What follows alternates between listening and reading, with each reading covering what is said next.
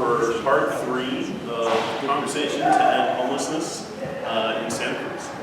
If you don't know me, my name is Morrison. I'm the Executive Director of the Santa Cruz Free Guy, and during the day I'm also the manager of the Poly Law and Housing Matters. Just so I have a sense of who's in the room, how many of you have been here before? All right, cool. So, for all of us, I would just want to go over the ground rules of the conversation, and especially because, well, yeah, we might, I'll go over the ground rules, then I'll have a question for you all after that. So, first rule is do not quote someone in the media or social media without their permission. What you hear in this room. Second guideline is that we're not making a perfect plan here. We're coming up with what we think, we reasonably think will work. We don't want to get stuck on the little details to make it perfect. We're not interested in the blame game or why things are the way they are, or no, we're focused on coming up with solutions here. This conversation can and does get emotional. That's okay. Let it be emotional. Me as a facilitator, if I get emotional, I'm going to be upfront about it so I can continue to effectively facilitate. And finally, we want to all be practicing civility. There are a wide array of opinions on this, and we want to be able to hear those opinions and respect the people who have those opinions. If we start dividing people based on opinions, we're less likely to really come up with an outcome that's going to work. So those are the basic ground rules. And Wes back here has volunteered to film this. And so what I wanted to get a sense from you all who are here is, are you all right with this meeting being filmed? Yes. Yeah. And a great point that he brought up was that there are a lot of folks who can't be here tonight who wish they could be here. So yeah, we'll make this video available, and folks who can't be here will watch. Awesome. So let's dive right into it. So how this conversation has gone. So this is part 3, for those of you who weren't in part 1 and 2. Part 1 was really just laying the ground rules, getting an idea of why this matters, like speaking that, and looking at all the data. Part 2 was kind of a idea generating meeting. What ideas could end homelessness? We got 40 or 44 ideas in total. It was a large number. And what we did after that, if you all saw, is everywhere we could get it, we put out a survey monkey to have folks rank those ideas, so we could see what you all in the room and people who were paying attention in the community thought it was really going to take to end homelessness here. And that's why I have this up here. So I'm going to write the really prominent stuff on here. But if you want to see the entire list on your smartphone, go to santacruzfreeguide.org, go to the menu, click on the Conversation to End Homelessness. All those numbers are right there. What is what? Santa Cruz Free Guide? Oh, so if you look at the rest of the website of the Santa Cruz Free Guide, I'll make this a quick aside. It's there's a search. You can look to see what different resources are available for people who are homeless in the county. And then we have a series of PDFs for different regions in the county as well. So you can print those out and give them to folks who are experiencing homelessness.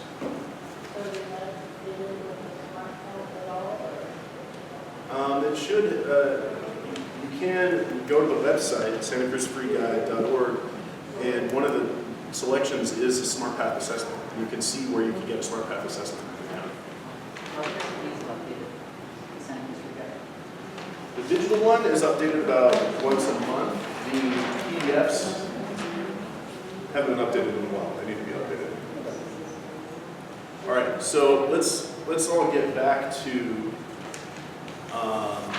the ranking, because I thought there were some interesting things that came out of the Survey Monkey. Right? One is, so the highest score And I think what SurveyMonkey did, so, because it had, for those of you who didn't do it, like you could rank something number 1 priority, number 2 priority, number 3 priority. I think what they did to give it a score is they inverted those numbers and then averaged them. So the things that got 33, which were the highest score for what it's going to take to end homelessness in this county, are increasing housing stock,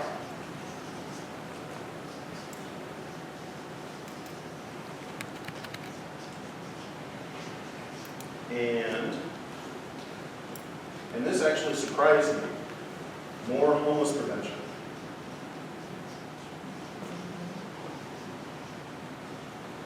Why did that surprise you? That surprised me because, I'm someone who works directly with people who are homeless, and though a lot of people who work directly with people who are homeless have been in these conversations, it's kind of something that I've only heard from people who work with people who are homeless. It surprised me that idea has made it out into the wider community. There's different ways to do it.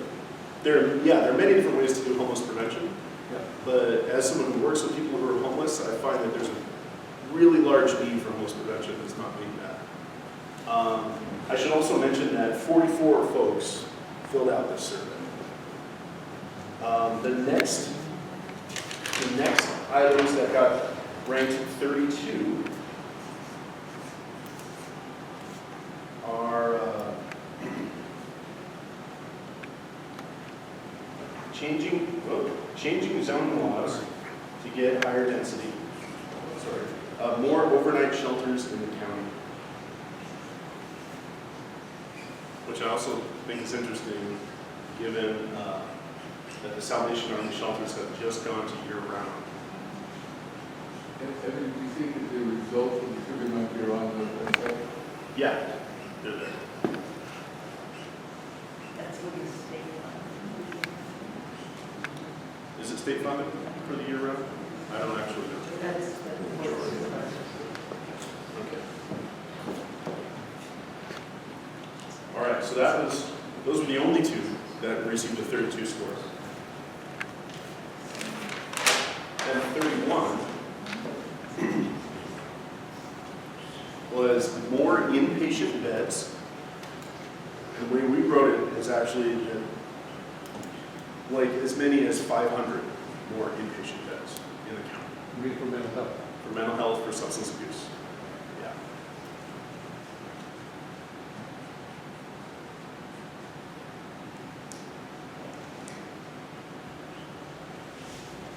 So for mental health and Substance abuse. what about medical? It's not something that was addressed in that particular category. I'm sorry, when she asked about medical, Yeah. well, there's, medical care is provided by private folks, and even if you don't have insurance, you do it. But there is no mental health or substance abuse care. Yeah, and one of the, I can just say anecdotally that someone who provides, care to people who are Step living on the aside when street you're not writing. Oh, okay. sorry. is, there are a lot of folks who are literally on the street waiting to get into a program. Oh, yeah. How many there are, who knows? The other one in 31 was for UCSC to increase student housing. On campus. Anywhere. It could be off campus, as long as they do it. There's a song called Battle Beat Private Day. partnership.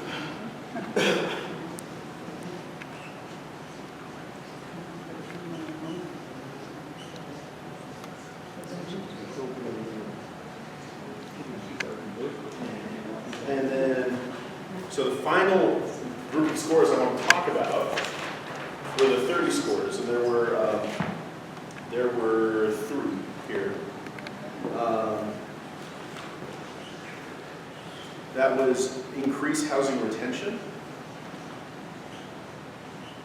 Do all of you know what housing retention means when I say that? I know. So, Price out by rent? really what that means is folks who have experienced homelessness, have gotten into a place, and housing retention is the supports provided to them to keep them from coming back into homelessness. So that's kind of along the line of prevention. It's not exactly that, no, actually. So homeless prevention is often, the way it works out in this county is like actual funds to, someone hit a rough patch, they had to spend a couple grand on their car or something, they need money to pay this month's rent, and then they're gonna be fine. That's often what homeless prevention looks like in our county. Retention would look like actually providing conflict resolution skills, case management, helping get people connected to other services so they're kind of fitting in, like getting along with their landlord, not destroying their unit, all that kind of stuff. Yeah, the financial literacy component, that be part of it. Yeah, that would kind of be part of it, yeah, ideally, yes. Hopefully financial literacy would also be part of the prevention side.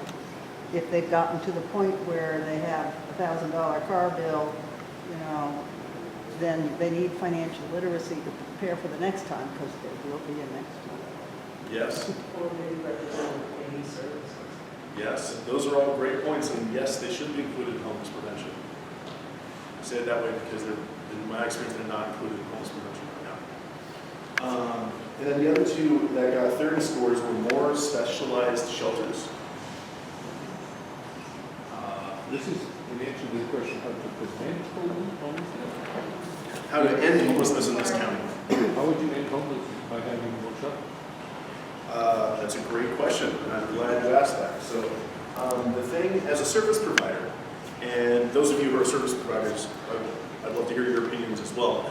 But what we find as service providers is when people don't have a place to be, it's really difficult to help them get off the street. So, Okay, so yeah, because if they have a place to be, you can talk to them, you can bring services to them. exactly, you can find them. And another thing is that being literally homeless on the street is very time consuming. That's something folks often don't realize is you can spend hours on the bus just tracking down your food for the day, running a couple errands, and your day's over. Like even in a shelter, people who are in a shelter, they have that time now. They have a couple meals, they have a roof over their head. That buys them time to work on other things. Number 3 is expand day center capacity. Does everyone know what that means when I say that? No. Okay. So what? So the way shelters often work is folks have to be out of the shelter at a certain time. And like I was saying before, it's much easier to assist people when they have a place to be. Day centers give people a place to be. And they're a great way to centralize services. So people, if they're going there just to hang out and make friends, they can then also get connected to case managers and other programs that will actually help them get into permanent housing. When they kick them out during the day, what do they do with that space during the day? They clean it, yeah, they, The library. yeah, What is it placed with? Some of these units some of these buildings are double purpose, so during the day they may be, they use the church, the rec center, so during the day it's being used and then at night it's being used. Not the one on the road. doesn't matter. That's the person who manages that shelter. That's still a real good question. We can talk more about that later. So these are all the ideas that got scored 30 or more. So how I was thinking I would want this conversation to go next would be, okay, so we've got 1, 2, 3, 4, 5, 6, 7. We have 9. We have 9 ideas that the majority of people who've been involved in this conversation agree are pretty darn urgent and need to be addressed. How I thought this would go next is we would start to say, okay, increase housing stock. By how much? More homeless prevention. By how much? Like how many programs? What capacity should these programs have? Changing zone laws to higher density. Like which laws specifically? More overnight shelters in the county. What capacity should those shelters have? To start answering those questions. But this is a community meeting. I wanted to see what you all think we should do next. Do you think we should do that? Do you think we should do something else? Now that we have, like, are there questions you have before you can even answer this question I'm asking you? Go ahead. Well, I'm just doing this in that first one. Who's the audience for this exercise? Because the things that I think honestly, all the items that they put up on people like that are probably 89% the same items that Catch is brainstorming on. That the report done how many years ago when Don Lane was mayor, all the same things. The focus should, I think it's time to focus on execution, because in some of these things are not nowhere near our pay grade. Densification is being addressed at the state level with SB 1 with SB 50, and it's flailing in the assembly. Okay, here's what SB 50, right? Okay. And a lot of them. There's 200 housing bills floating around the legislature as we speak. Some stalled, some forward, many that address a lot of these issues. So I guess I'm curious, what's the plot of this exercise? Yeah, so let me tell you my overall vision for this, for the conversation to end homelessness, was that for me as a service provider, it felt like we would get around in these big groups, and it was great to have these big groups to talk about, okay, how could we help house the really difficult people to house? And what we found over and over and over again, week after week, was we were trying to squeeze more and more resources out of like rocks that were already dry. Like there was nothing left. You know, there were no more resources for us to pull from. Everyone would say, oh, I have this person with this problem, what can we do? And it was the same 5 options every single time, and they had already been tried, and they already didn't work. And all these groups that you're talking about, you know, I'm not necessarily sitting in those groups, but the other aspect of working in this industry that was my experience was that the focus has not been on what do we actually need to get the job done. It's been on, oh, maybe we'll start this program, or maybe we'll fund that program, or like with the $10 million that came from the state is, okay, we're going to allocate this money to these programs. There was no answering the question of what's the overall goal? What are we actually working towards? Which means there's no real sense of priority. Exactly. And so my goal of these conversations is to come up with an overall goal. Okay, let's, just for the sake of it, let's say we can end homelessness in this county. What's it actually going to look like? Are we going to need 10,000 low-income units? Are we going to need shelter capacity of 5,000 more than what we have? Whatever it is, just decide, just with a broad brush, a broad spectrum of the community, decide what it'll actually take, and think that all the way through, come to an agreement of what it would actually take, and then from there we can decide how we want to move forward.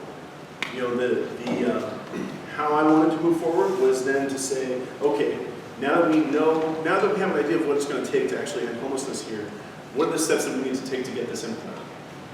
And maybe there's some legislation in the state. Maybe we need to go to cash. Maybe we need to go to the city. Maybe we need to, there are a lot of different options once that threshold is met. But nowhere in any of the conversations have I heard, nor have I heard of anyone who's heard, what's it actually going to take to end homelessness in this county? Well, first of all, there are some folks that you'll never end homelessness in this history of the country. There's people that basically want to live on the streets. So there's That's not the majority, of course, but acknowledge there are folks that will never, that are, if you will, institutionalized, being homeless, and they want to remain.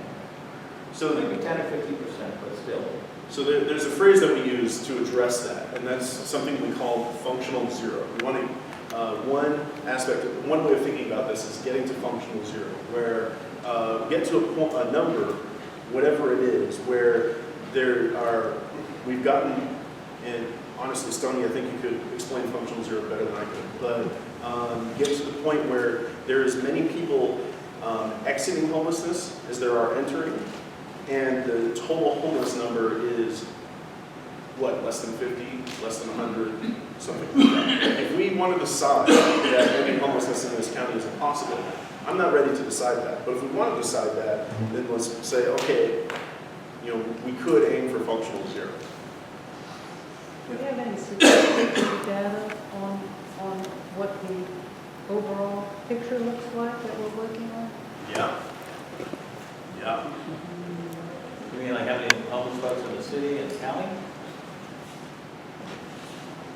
Is I that don't what you're even asking? know right now, I just don't know whether they're available for Yeah. our planning.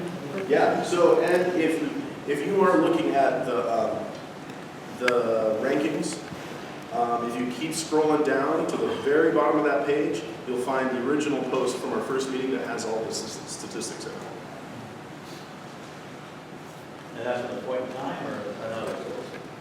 Oh, we pulled statistics from everywhere we could find. So there's the point in time count, there's the Santa Cruz Office of Ed, and there was, what was the third one? Brent Adams had a There was a pretty good, UCSC study too. Yeah, there's the UCSC study. And somewhat questionable efficacy. But that's still numbers. So we pulled data from a wide array of spots. Oh, we got all the data from SmartPath as well, because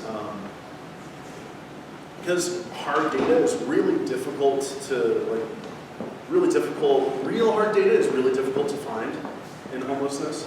So there's an anecdote I want to tell you about point in time count. Is some of the folks behind Built for Zero, which is a nationwide organization interested in ending homelessness, they were involved in the point in time count, I want to say in 2012 or so. And the numbers that came out of the point in time count were that there were 100,000 chronically homeless people in this country. And they're like, well, it's only 100,000. What if we just build 100,000 units for chronically homeless people? And they had the resources, they got that done. They built 100,000 units for chronically homeless people. Who did? The Built for Zero team. And this was nationwide. And then it came time to do another point in time count.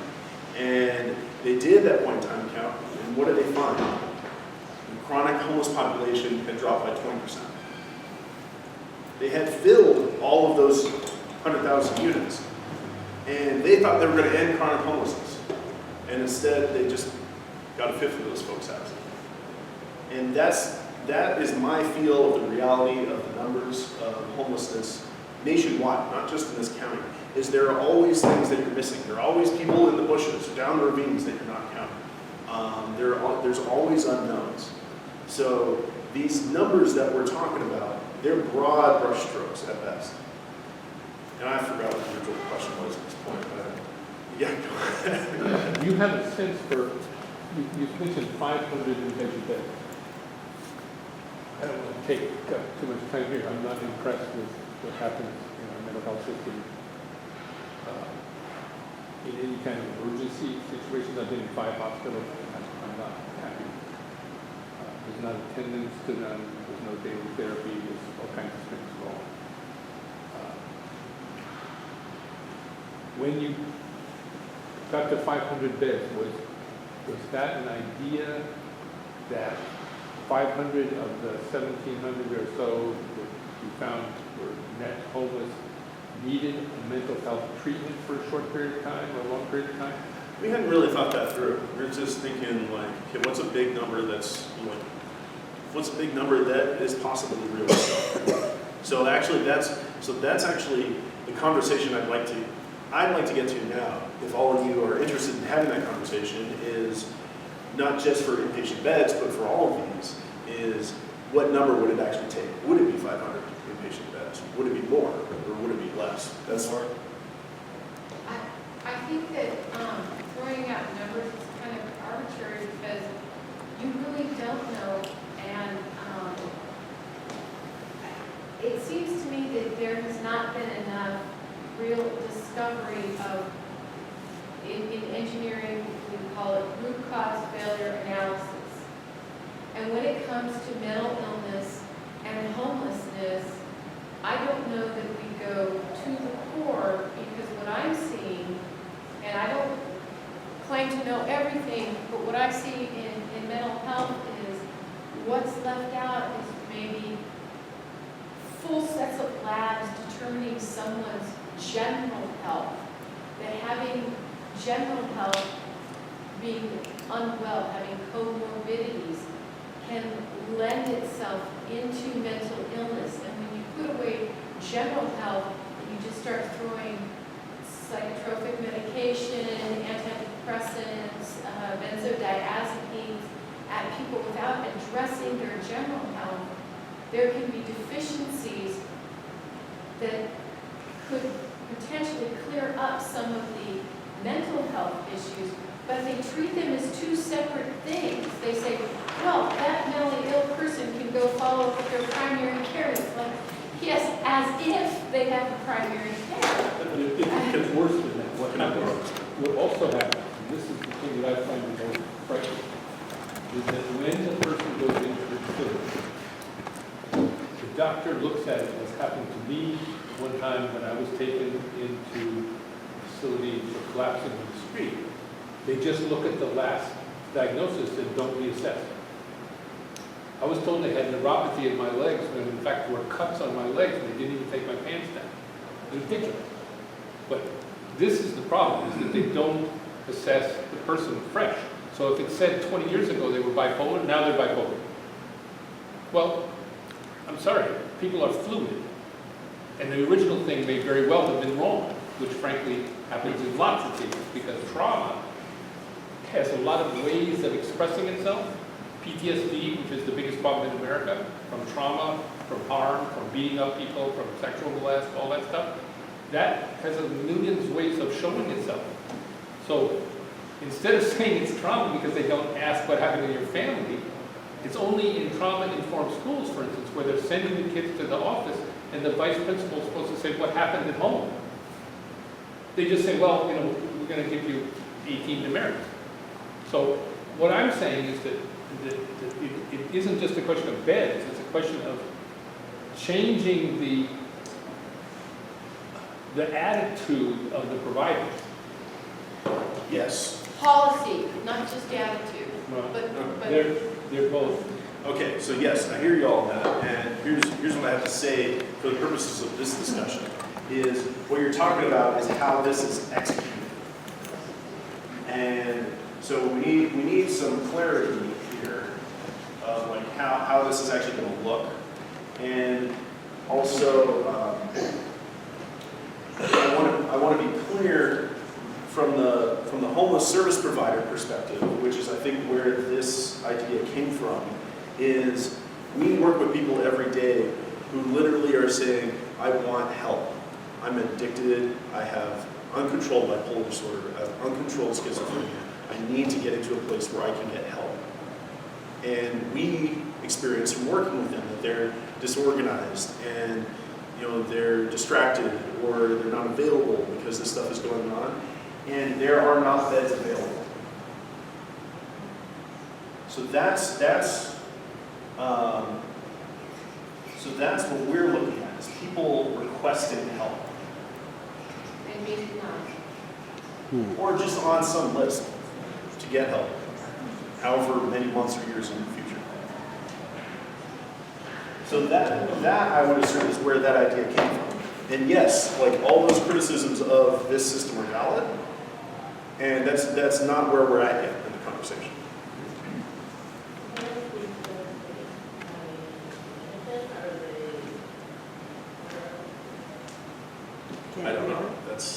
So that's also for, Where are the beds at? where would these beds be, is the question.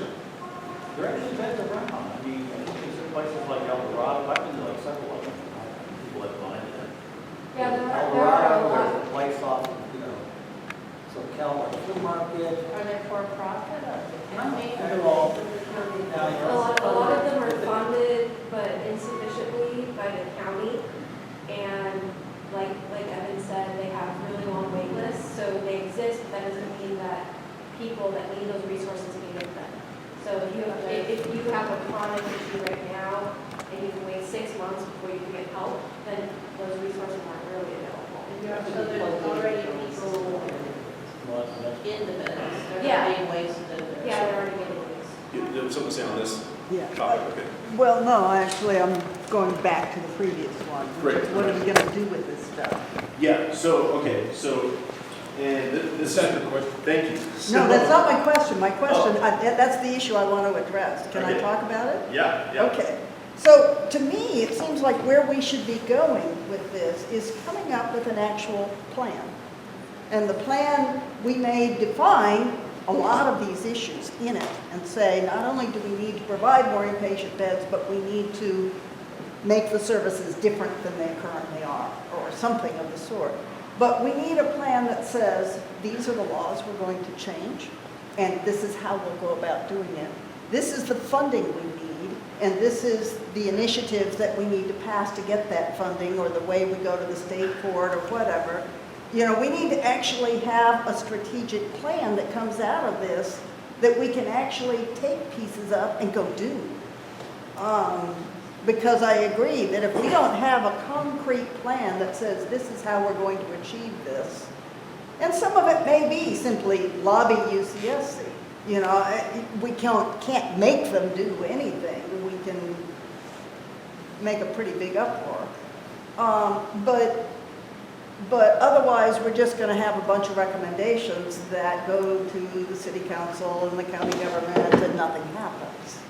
So we're going to have to be the ones who take this plan and start forming groups that make it happen. Yes. All right, I see 2 more hands. I think you were first.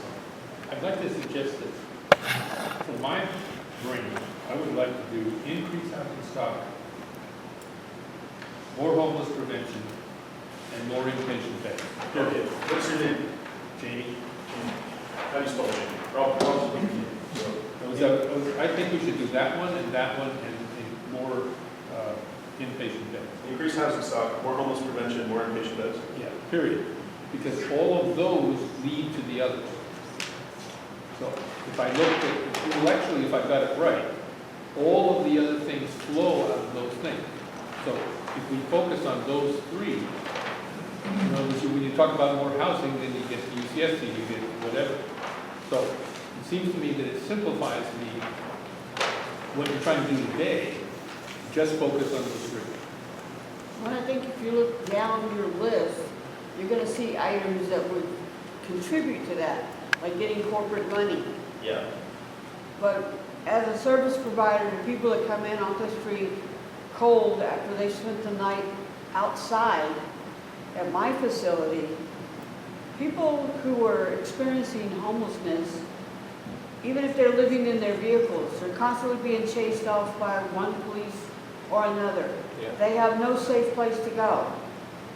Okay, it gets 32 degrees outside, suddenly they're hypothermic. It exacerbates whatever medical issue they have, which also exacerbates their mental health status. So we can't have people sleeping in tents in Santa Cruz County in the wintertime. Yeah. It's just not realistic for people to not be dying. So Jamie, the one thing I would add is this. I think more overnight shelters in the county would be the other thing I would add that would narrow it down. And then you had something you wanted to say. Yeah, Darius asked the most important question. Where do we take it? I don't think it's just a matter of shelter, maintaining people's health. It's a question of building opportunities, developing the skills of helpless people who appear to be helpless. giving them educational opportunities, inspiring them. Some of them are very inspired. Let's find the natural leaders who are the organic leaders and encourage the formation of clusters around them. But this is a democratic approach. This is what we need to do. And I think that's included in our prevention. I hope so. And I think there are so many different levels of homelessness too. There are people who are working and who are priced out of the housing market. And then there are people who are mentally ill and don't even know how to get to M-Line Street. If they're right here, they wouldn't know how to get there. And then, people with chronic substance abuse and mental illness. And so there are layers and layers of it. Well, I had a long interview with Leslie Goodfriend. Some of you might know who she is. She's a senior person in the Health Services Agency. I had a long interview with her. And that woman is going to explode. She's going to explode if we don't have more staff, more human resources. She needs a lot more people. She has the right vision and the right heart, but she needs more people. What's your role again? Could anybody say exactly what her position is? Leslie Goodfriend? Leslie's the county mental health specialist for the county. Chief mental health specialist. For the county, on that one. Yeah. But I walked down this street, Pacific Avenue, for an hour before this meeting, in trying to invite people who were homeless on the street to come to this meeting so that we could hear their perspective. Yeah. They would not even make eye contact with me. These people have so isolated themselves because they feel so helpless, because they've fallen through the cracks and can't get the help that they need, that they won't even look you in the face when you're trying to offer them help. We need to change the mindset that they are as much a human being as a person who can go in a store and spend cash.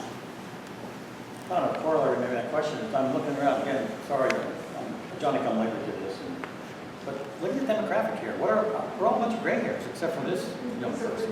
Why is that? Where are the millennials, the folks that could enable, have more energy, should have more energy than we? Why is it this group all the time that comes to these meetings? Because they're homeless kids. That's a rhetorical question. Yes, but it's just interesting because I've gone to know these things. And You can ask him. Huh? You can ask him. Why did you come? Well, I think part of the reason I was able to come is because I can kind of swing it as related to the job that I do, which I work in a nonprofit, and one of the programs that we're working on is how to increase access to homelessness resources. What's a nonprofit? What's your nonprofit? Benetech. What? Benetech. It's See, that brings up a whole nother thing. My observations, I've been living here, I'm full-time in Santa Cruz 10 years, and it is a very fractured cottage industry, sort of like the homeless, if you will, the homeless infrastructure, industrial complex, like a better word. You've got Pearl Street Shelter. You've got city programs for the River Street Shelter. You've got county programs. You've got Salvation Army, VFW, Laurel Street. You've got, and there's the recovery, the SLEs on Riggs Street, and Compass runs, and there's some others. Then you've got your free list, Surge's free list, Robert Morrison, the five Norsemen, as I call them, doing, which is a major distraction, by the way, to things happening, because they're the kind of tail wagging the dog in various particular city council meetings, and to me, it's a negative distraction. And then there's guys like Brett Adams, who are actually probably doing the most with the least. And my solution is scale up Brett Adams. He's covering warming shelter, he's got shelter, he's got storage, and he's doing laundry, and he's trying to do showers. And guess what? I mean, I don't want to call him the Midas touch, but you know what? I haven't seen anything like what he's been doing. He's probably done more for a lot of the homeless with vapor budget than probably any of these. But your point is that everything's So look at his splintered? best practices, come and look at his best practices, adopt them. Yes, a lot of us have heard about Brent, you could have sharp elbows, put a little professional veneer around him, And anyway, in fact, I was hoping he was here tonight because I contribute monthly to his $500 a month to him. Thank you. Huh? Oh. Yeah, okay, so. Anyway, there's a lot of stuff, so There's a lot there, but I apologize. Here's what I have to say to that, is like, Brian Adams, Housing Matters, Encompass, whatever organizations end up adopting, or taking this on, my goal with this conversation is to get to a point where the city and county can say, we need whoever it is, fill in the blank, to provide this amount of services. They're doing that at the 2x2, and that's been done many times before, and ends up with a PowerPoint presentation. Okay, all right. And I don't want to argue with it. Okay. I'm just giving you my perception. Okay, so, but what I'm asking, because I want to hear from you all, if this is a process you want to participate in, is this something that you want to do? Do you want to, okay, maybe we've narrowed it down to 4, like, priorities. Do we want to do the work to say, what's it going to take? How increase housing stock by how much? More homeless prevention by how much? How many more inpatient beds? How many more shelter beds? I think those numbers exist. Those studies have been done. Do you want to? There are numbers for that. Do you want to answer those questions here? Yes. Okay. Yes or no question? Do you want to answer that I got this another question? proposal. It's a yes or no question. I don't have yes. All right, who else? Yeah, yes. Yeah. That's why we're here. All right. Great, let's do this. And do we feel like we can answer it here, or do we feel like we need to go do some research and then come back? Well, I think we can discuss it, and I think we can do research and come back and look at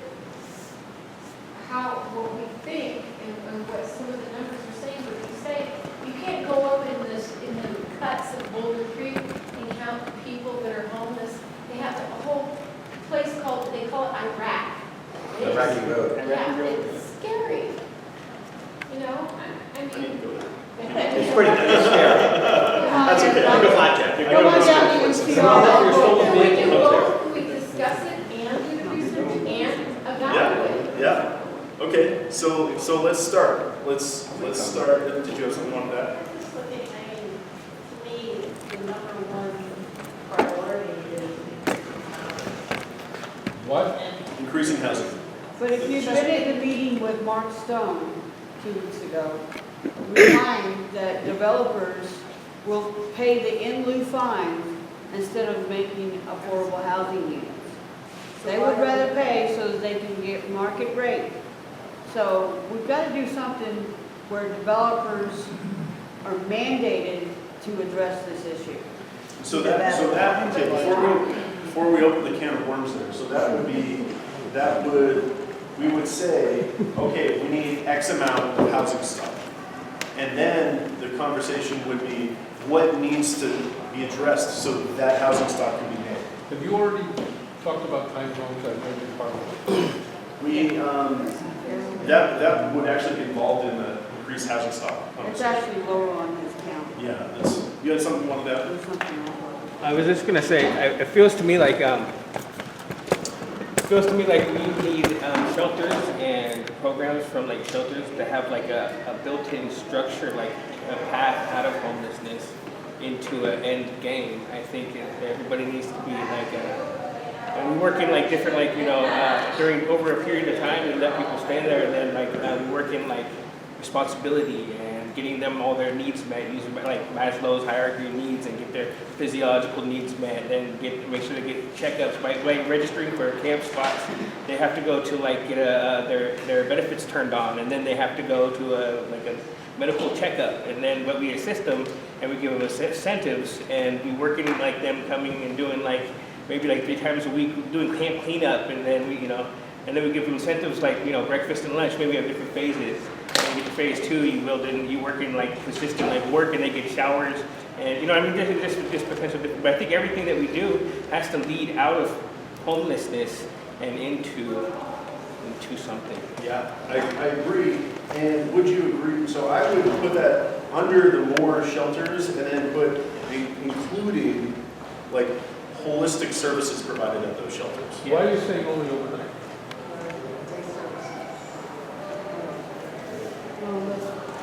Sorry, I had narrowed it down to 4, but, Oh, you're not talking about shelters, you're talking only overnight there. well, I'm talking about, yeah, just shelters in general, then this holistic programs. Yeah. That's better, I like that. One stop. One-stop shop. In other states, they have, like, it almost looks like a city where they have huge campuses, like a university campus where you have drug treatment, you have hospital, you have job training, you have it all. And for people who may not be able to matriculate back to society because their mental health needs are so great, but they then have a place to stay permanently. They have a gas station they can work at. There's a general store that they can work at. So it's all, in Santa Cruz, we have a lot of services, but they're disjointed. And it seems like the resources are spent so quickly because there's a little going here and here and here and here, and then it's like, oh, well, where'd the money go? Show me the money. Yeah, so I'm hearing that we all have a lot to say about different aspects of this homelessness issue. I would assert that if we want to get to this stuff, let's focus on this stuff. Like, yes, that what you just said needs to be addressed when we start talking about shelters and where people are staying, and you know, something like that. That's why I'm so excited about the smart path, because, you know, it consolidates all that. You start here, you know, all the services are here, and you know where to go. And so I would think if we have the housing, and you know where these people are and how to get to them, that smart path would be much more effective. And so it still goes back to increasing the housing, no matter what you do, step one is increasing housing. So how much housing? How many people How many are? homeless do we have? How many people are homeless? All right, are we ready to have that conversation? How much housing? Go. One thing to consider, I think, for increasing the housing stock is that not just the homeless population, is that we have like an accurate number, and I think we all agree that probably our numbers are low. But even if we have an accurate number, I don't think we need that many more. We need more because we also have people who are, there's overcrowding, there's couch surfing, there's extremely tight housing market for everyone. So it's precarious for a lot of people who are not homeless now. So making it easier for everybody to stay in housing also helps homelessness. But I think when we talk about increasing the housing stock, it should be broader than just homelessness. And does everyone in the room know rough numbers? No. 800 people in the city in 2010. So, Anybody have? rough numbers, most recent point in time count is 2,100 in the county, people who are homeless. People who've been assessed in Smart Path, who've been assessed for, who are homeless and who are reaching out for services. Since Smart Path was implemented in January of 2018, it was, oh, tell me, yeah, it's, there were 1,900 assessed. Of those people, 1,700 are still in the queue waiting to be sent to the program. 1,700. But you also Of need the to mention 1900. that Housing Authority opened their list for 7 weeks in November and December of 2018. Ellen Mercer herself told us they took in over 12,000 applications in 7 weeks. So that's, in my opinion, that's a real figure of the housing instability in this county. But it doesn't apply to 12,000 homeless folks, of course. It's just No, but that's 12,000 low-income homeless folks who are seeking housing. So seeking housing assistance, not housing assistance. Yeah, so on the smart path, it seems like that might be able to help answer like how much we need Yeah. based on, because if there are only 11% of people who are going through these smart path assessments are actually getting a referral out of it, what is blocking the other 89%? If we can know what the biggest blockers there, we can figure out how many we need and where. I mean, as a service provider, my views may be skewed, but my immediate gut response is lack of services. There isn't enough space for people to go into. Which services? Like, which ones are the, like, The roof over people's heads. Well, but there's just like, so that's, yes, their lack of roof over people's heads. The programs that SmartPath refers people to are programs that help people find housing. So if it's only 11%, whatever percentage it is that have actually been referred to programs, that tells me that these programs just do not have the capacity to address the folks who are in need. That was it, you go for the path here to, your substance abuse, you get those services. The end result is missing. You don't pay that service. so, Yeah. so in that, in trying to get those services and they're all being at capacity, can we get the information on what the capacity is and how many people are trying to access those resources who can't, so that we can get at how much we need to increase by? Yes, okay, so this is not housing. Let's put it under, let's make it, if you all don't mind, I'm gonna make shelter a really broad brush. And, Shelter and services. Well, when you throw out the word housing, what And does put that that in mean? there. Does that mean a shelter bed? Does that mean a studio apartment? Does that mean a room in a dormitory? Because if you just do the math, let's stick with the 800 folks just in the city of Santa Cruz that are considered homeless. And building new housing is no less than $300,000 a unit. That's the reality, new housing. So if you do the math, that's $240 million to quote house with, that's what I'm trying to respond. That's for like, I would call that a studio unit. So the city of Santa Cruz would need $250 million. Think of that. okay, so, some Those recent are real news, numbers. some recent news I want to share is in San Jose, some of you were just sharing this with me, Destination Home is a nonprofit organization that's attempting to end homelessness in San Jose. And they just received $500 million from Apple. And they are shepherding the building of 1,900 low-income units at a total cost of less than 130 grand per unit. And that's in San Jose. Do they Or that's have in the Santa land Clara already? County. I'm sorry? Do they have the land already? Some of these places are being rehabilitated, but so the land the units already exist, but they're being redone so that people can move into them. That's the only way it could be that cheap, is my guess. well, Either that or actually, they're actually, doing multi-unit housing. I mean, Well, multi, They're Oh, doing yeah. higher density, Their apartment. so they're going It's- up. This is 1,900 units in Santa Clara County, which is more expensive than this county. And they're doing it for just under $250 million. This is not impossible. and by the But- way, a $250 million bond.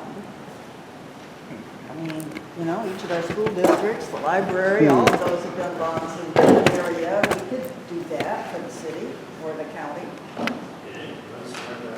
Well, what's the equivalent in our county of Google, Microsoft, and Facebook? We don't have. Google Yeah, we- Boardwalk? And I can speak to Sorry. We have giant million-dollar agribusiness. We have huge motels, very expensive high-end motels, especially in the mid-county area. We have a big entertainment industry here. We have financial resources. We've got to go to these people and say, hey, we all live in one society. Can you please play your best role in this society? Come forth now. All right, so I love what y'all are saying, and we aren't answering the question I have for you, is how much more do we need to increase housing stock in this county? Yeah, but I'm asking, but define what housing stock means. So for housing stock, I mean, dorms are questionable, but I don't mean like couch surfing on someone's couch. I don't mean being in your own RV. And I hope you all agree with me, when I say housing stock, I mean a place for a person or a family to live in. So their own bathroom, their own kitchen. Their own bathroom, their own Which kitchen. is critical, because that Yeah. drives the price of the unit. Yes. Cool, I'll put it back to, That's a long story. Well, you haven't been able to draw a number out of us that we don't seem to have in concept. Will you tell us what your thoughts are?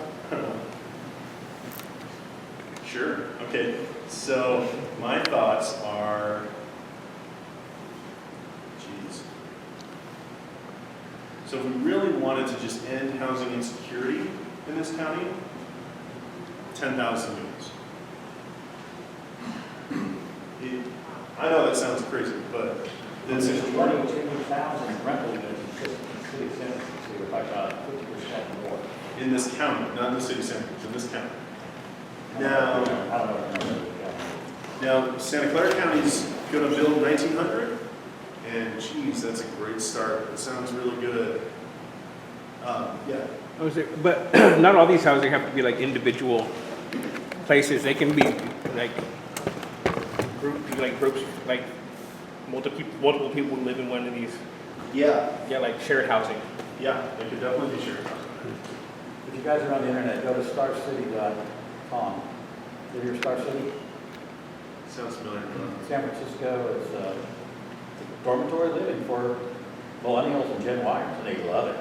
Common areas, common kitchen, and they have basically the bedroom what they grew up in, and they're killing it. Killing it. And it works. It's not very comfortable. Okay.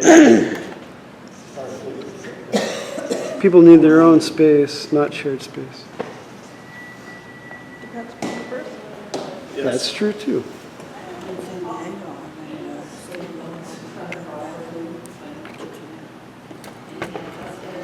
Okay. It's protected. Yeah. Environmentally protected. And there's that thing on the Old Family Road that once a year. They won't do it, they've been approached Oh. many times. So with the Seventh Seventh-day Day Adventists. Adventists. Last time I heard they were willing to do it, it was neighbors around that problem. Well, they have their groups that come in once a year. Yeah, just. I don't think it's only once a year. Drive it once a year. I think that there's lots of money around. But it's also too far away from services, so. Yeah, that one is. I was just gonna say, but there's gonna be like a majority of, I mean, not majority, but a group of these of homeless people that need assisted living environments, where they need like some medical, psychological, Yeah. and that's how they would get the best quality of life, by living in that situation. He brings up a good point, and unfortunately, I've experienced it firsthand. Sadly, ironically, my landlord, I won't rent to a recently homeless person. There's skills needed in knowing how to live, how to have your own apartment. And many of these folks do not have it. It's like they just can't, like people can't drive a car. And I have had very bad experiences with folks that are recently homeless. I've evicted probably 3 of them. I made mistakes several times. It's not me that is suffering. I don't live there. It's the other tenants that are wanting to, who are tar and feather me if I don't get rid of it. What happens is the unit becomes what I call the Coral Street Ants.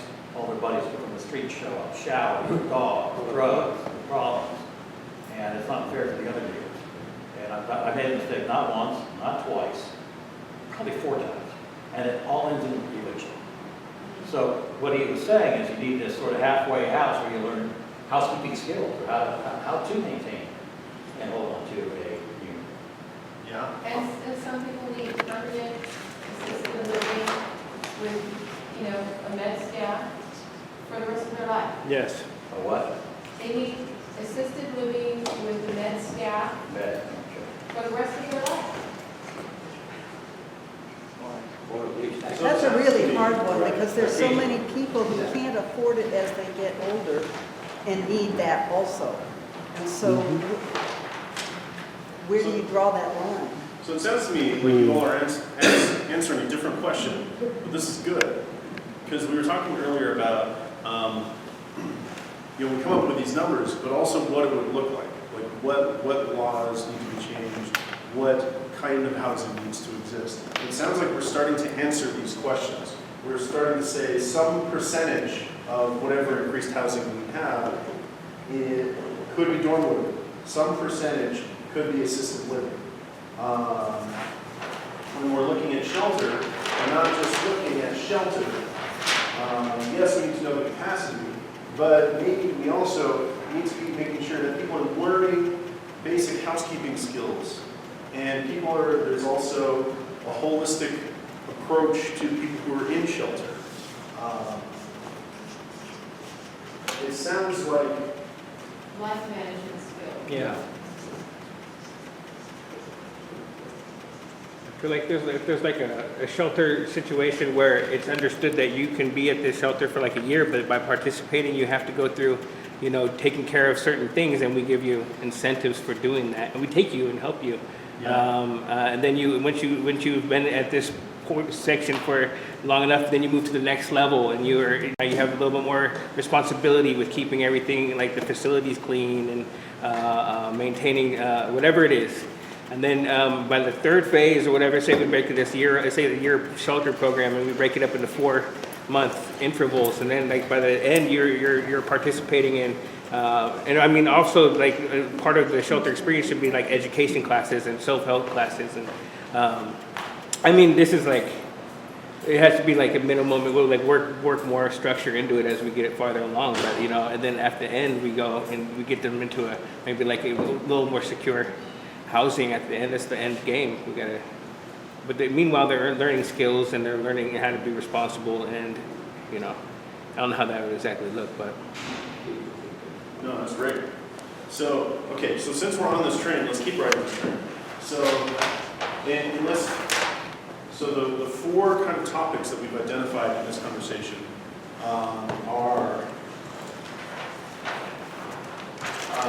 increasing housing, increasing shelter capacity, get those, more inpatient beds, and more homeless prevention. But what about the workers, the management? I mean, all those things are great, but that takes a lot of management, and you've got to have social workers to enable these things to happen, to make the mental and emotional connections to build society. Yeah, thank you. Yeah, you do?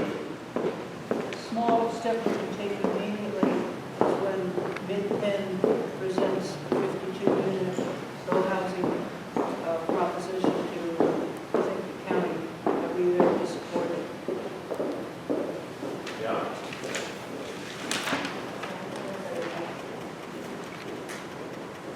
So we can have some networking so people show up. The county approved it at the Board of Supervisors on Tuesday. I'm sorry? The county Board of Supervisors approved that project. They did approve Tuesday it. morning. And once they approve it, the building starts quickly. Excuse me? Once they approve it, the building can start quickly. They've done all the preliminary work. It should come to fruition quickly once it's approved. Does anyone else have anything they want to say about those 4 solutions we're looking at? Or do you want to add another one that's already included? Go ahead. I think we should also reach out to other organizations that are doing this work and handling these referrals and these services. Because it is so splintered, as people have been bringing up, if we can connect with different groups and figure out what the full picture looks like, we can more effectively advocate for these resources. Yeah. Okay. One way to advocate for them is that they're mostly all funded by the same funding stream from the county. Yes. Because the county is responsible for the municipal power. So the splintering could be, some might think, a result of that process. I saw another hand. I was just asking, is there a way to maybe one place that can help get, like the second charge of everything else coming out? Is that like a thing? But like one group that's like in charge of like making sure that everybody can get to where they need to go. Like one, You mean one group that can make sure every person who's homeless gets to where they need to go? well, like their that too, services? or yeah. Okay. So ideally, that's what Smart Path would be. Okay. Do you know what Smart Path I'm not. is? No, I'm not. Okay. Okay, we What- can get into that. So we're about out of the time that I've allocated for this part of the conversation. However, there's something, I'm glad we got to the advocacy piece, because there's something I wanted to ask you all who are still here. And that is, like, when you say we liaise with other organizations, when you say, we get people to support other projects, how many of you here want to be a we? Like, I'm just facilitating this conversation. It's going to take action from folks. How many of you here are ready to take action? And maybe it's time to start thinking or talking and planning some action.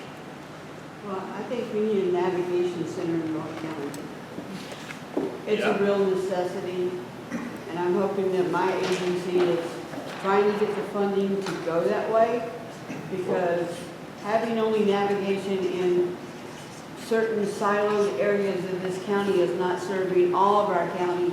And my people are living primitive and in the woods because they don't have any other options. Well, what's your organization? Mountain Community Resources, Felton. And we have been underserved, under-recognized for decades. And I'm here to try to change Is it a that. faith-based group or just, Huh? are you faith, like a church-based group? that you No, are? we're part of Community Bridges. Oh, Community Bridges. Yeah, I've heard of it. Okay, so we make, Now, that navigation center has to be very central. It could really be downtown. But that's what they are. there are a lot of, so, my opinion would be, is there should be a navigation center in every major urban area in the county. There needs to be one in Capitola, there needs to be one in. That's, So so correct me if I'm wrong, but my understanding of what a navigation center is it's slightly different than a shelter in that you take in a number of people at once, and then you get them all connected to a case manager, you get them all connected to whatever services that they need, and housing navigation. So you work really hard to get whatever that number is, whether it's 50 or 100 people, you work really hard to get those folks housed. Then you take in another group of people who are homeless and work really hard with them, as opposed to what happens with shelters. And what happens here is people are in shelters, and all the shelters do is provide shelter. So that's the difference of the models. Community Bridges, one of those? Not right now. As far as navigation centers go, I don't know how many of you have ever gone to San Luis Obispo and looked at the one they have. It is really, really impressive.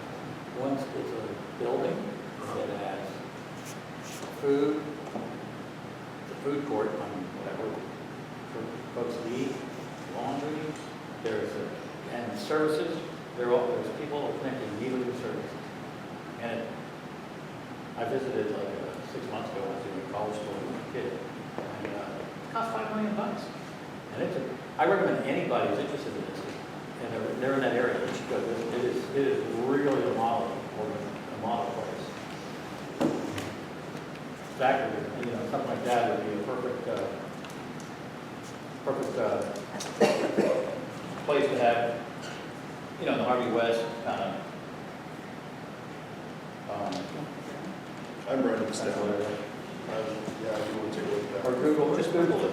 San Luis Obispo. Yeah, but I don't see it in person. You should go see it in person. If you're interested, this is something you're interested in, you need to. You'll walk away very impressed.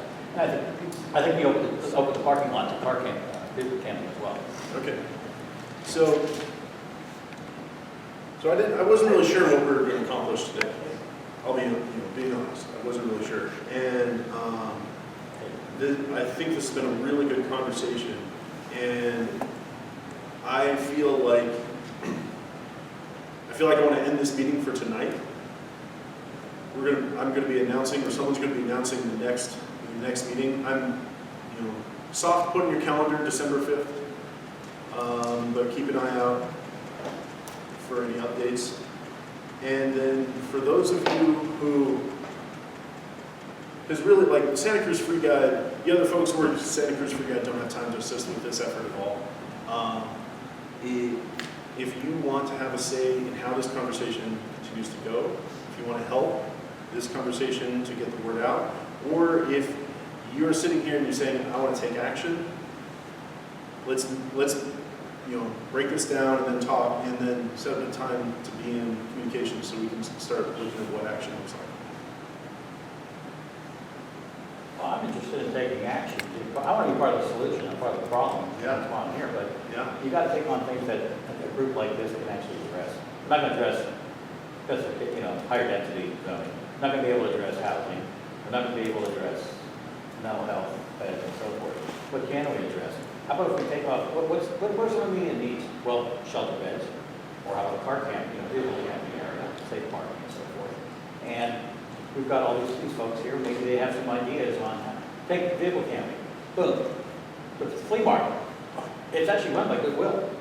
Why isn't the flea market open during the week? The vehicle camping. Who can research? That's something that somebody can take a look at and research. And so, within the capabilities of this group.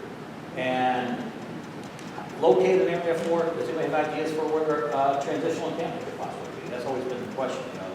They look good, they smell good, they feel good, and so forth. But this is Santa Cruz County, with the most expensive, real estate in the area, and as opposed to Portland and Eugene, where they might have it's a different dynamic. Maybe some folks here have some ideas. Seventh-day Adventist place, for example, not practical. But what are the things that can be addressed within the scope and skills of this group? Okay. Focus on that. You had something you want to say? I think we should do a lot when it comes to advocacy. I don't think we can personally do anything on our own, but it means a lot to have so many people speaking for things and speaking against it when groups are meeting and deciding things about housing. And I hear a lot more people against growth than there are people for growth. Yeah. It really does matter. Yeah. Go ahead. I don't think we would be doing this if we didn't have some idea, but it's possible that we do it. But you have some idea? I do. And so I think, so to address what both of you have said, is that, yes, if all of us are acting alone, the stuff that you brought up is, yes, what we could handle. And if this group and all the people who are paying attention to this group who aren't here tonight come to some agreement as to what would really make a difference and then engage in advocacy around that, all this stuff around ending homelessness then becomes possible. And I think that's the piece I wanted to get us to, and that's why I'm interested in developing a plan, that involves numbers, even if those numbers are ridiculously big, because once we settle on numbers and we enter the advocacy phase, all those things become possible. We had a member of the Santa Cruz City Council here tonight. Plenty of folks will start to listen. How many folks in this room have actual direct experience with homeless folks? It's like everyone. I'm active with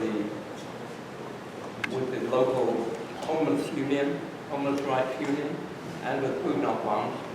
I have an organization called Conscience in Action with Rabbi Bill Posner.